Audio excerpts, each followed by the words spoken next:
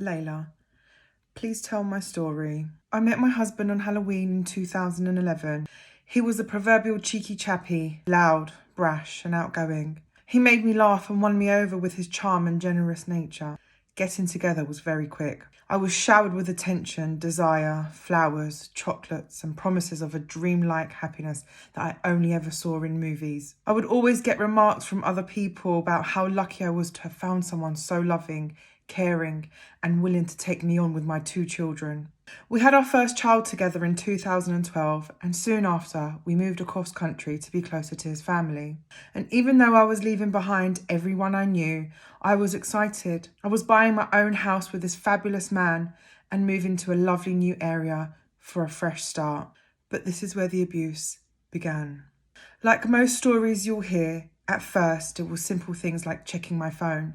Then he started tracking my whereabouts by calling me non-stop to see where I was. Not satisfied with this, it escalated to him accusing me of having affairs. I rarely ever managed to deflect his paranoia. His behaviour became so unpredictable and erratic that I lived in constant anxiety. It was like mental torture. I loved him so much, but I was confused at how he'd gone from this wonderful, happy, caring man to an aggressive beast that wouldn't listen to reason. Accusations of having secret phones, talking to other men, him tearing the house apart to find evidence of me cheating was a constant theme in our marriage. He even had my social media linked up to his email. There were times when he would turn up unannounced at home during the day when he was supposed to be at work, and other times he would just sit outside in his van watching the house. I was at my wit's end, but I had my children to think about.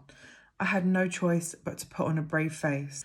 Multiple attacks on me whilst I was pregnant, but I forgave him over and over again. I thought he was the love of my life and I was determined not to have another failed relationship. I felt like I had to help him get better. Years went by of not only physical and mental, but also sexual abuse, as he turned very heavily to drugs, and more than often, he would spike my drinks with them too. He would drive me to the middle of nowhere and force himself onto me. I had no way of escaping, and I couldn't say no. It would always end in him attacking me. I would feel so frightened, dirty, unsafe, unloved. The acts of sexual abuse that I experienced will haunt me forever. When we talk about being abused by someone, you speak the words out loud, but you still feel the actions in your body, every touch. You feel as though you're right back there in the moment. I never felt like me again. I wanted to leave. I wanted to get as far away as possible. But every time I tried, he would beg me to stay. He'd bombard me with phone calls, messages, and promises that he would get help, that we couldn't split our family up. He would harass me every single time until I gave in. We even went as far as moving again for a fresh start. And things did change. But it wasn't long before the cycle of abuse started over and over again. I never told anyone how he was with me. I didn't want to admit it. I was ashamed of what had happened in the past. And because I had painted this picture of how wonderful my life was to everyone, I didn't want to admit that I couldn't make another relationship work. I had no one to talk to anyway, because of course, he had isolated me away from everyone I knew and loved, convincing me that everybody was jealous of me. When you hear this for years on end, you believe it. You believe that you don't need your family or your high maintenance friends, and you think that he's just looking out for your best interests. And I just got used to being lonely. I would drink alone in bed, as this was the only way that I would ever get a good night's sleep. Soon enough, he became abusive to my older children too. One day, he sneezed full pelt into my daughter's face and covered her in spit and snot. I screamed at him in her defence, and his response was to raise his fist at me. I was so frightened for my daughter's safety that I had no choice but to send her to live with her father hundreds of miles away. During lockdown, we had a street party on the road we lived on. I decided I wanted to let my hair down, and I had a bit too much to drink. But it seemed like we were all having such a good time.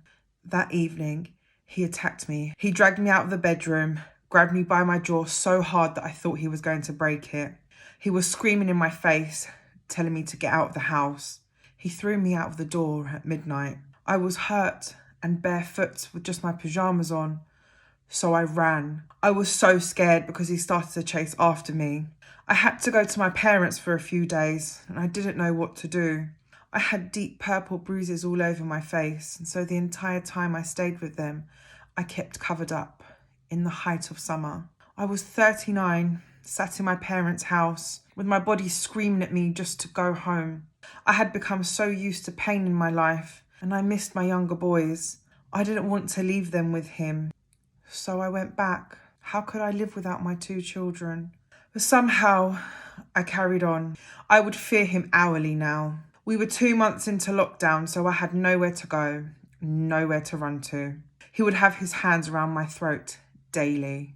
I started praying that I just wouldn't wake up anymore.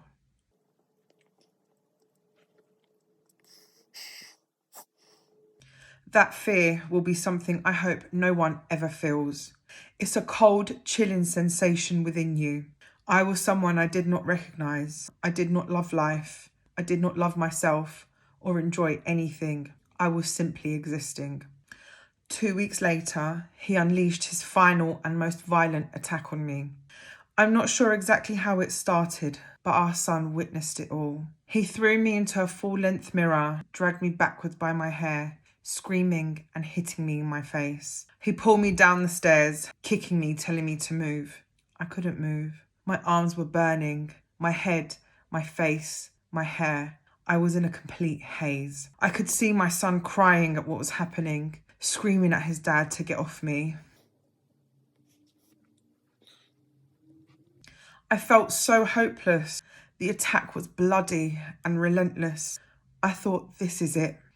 This is the day that my son witnesses his mum being murdered.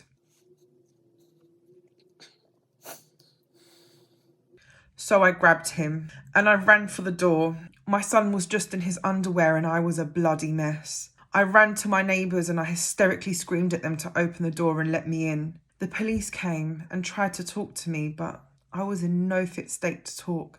I wish I did though, because he ended up lying to the police and they believed him. Even though that they could see that I was the one who was attacked, they still believed my abuser. I was devastated. How could they not see that I was the victim of domestic violence? My injuries from that night included a broken arm, collarbone, sternum, head injuries and bruising everywhere. I remember sobbing hard for what had happened to me. For all those years of pain, for all those years of the innocence that my children lost out on, for the man I had once known and loved, for the woman that I used to be. People will tell you that you're brave when you leave. I didn't feel brave. I felt broken, frightened, confused. How could someone I love do this to me? This time, there wasn't an ounce of empathy or remorse for what he had done. So I ended up back at my parents again. I will never forget walking into their house and falling into my mum's.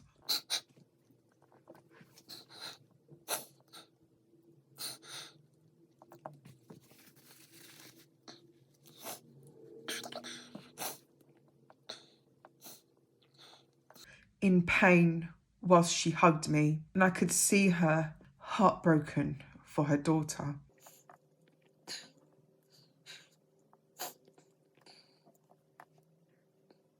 His harassment continued and I had to get a non-molestation order against him. And sadly, he still has my youngest son and refuses to allow him to come and live with me. We've been separated for 6 months to date, and I know it's going to be a long battle in the courts, but I won't be complete until all of my children are back together with me where they belong. It's scary telling your story. It takes so much from within you to tell someone you don't know the awful, barbaric and humiliating parts, to describe in detail what my husband had done to me all those years. And my life has been changed forever. I've had to move hundreds of miles away just to be safe. I can honestly say that I am an intelligent woman, but I didn't realise what abuse truly was. And it's still early days for me in my recovery, but it's given me the tools that I need to start an education programme regarding red flags, and I hope to implement this into schools and colleges to educate young people from early on. So please, ladies, don't ignore red flags. Please get help and get out. Please don't be like me and my broken family.